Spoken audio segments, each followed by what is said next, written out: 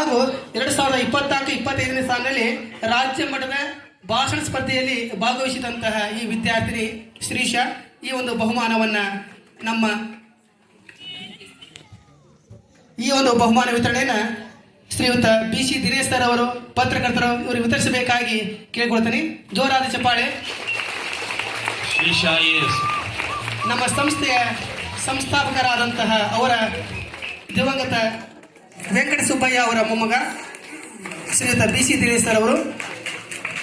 ಜೋರಾದ ಚಪ್ಪಾಳೆ.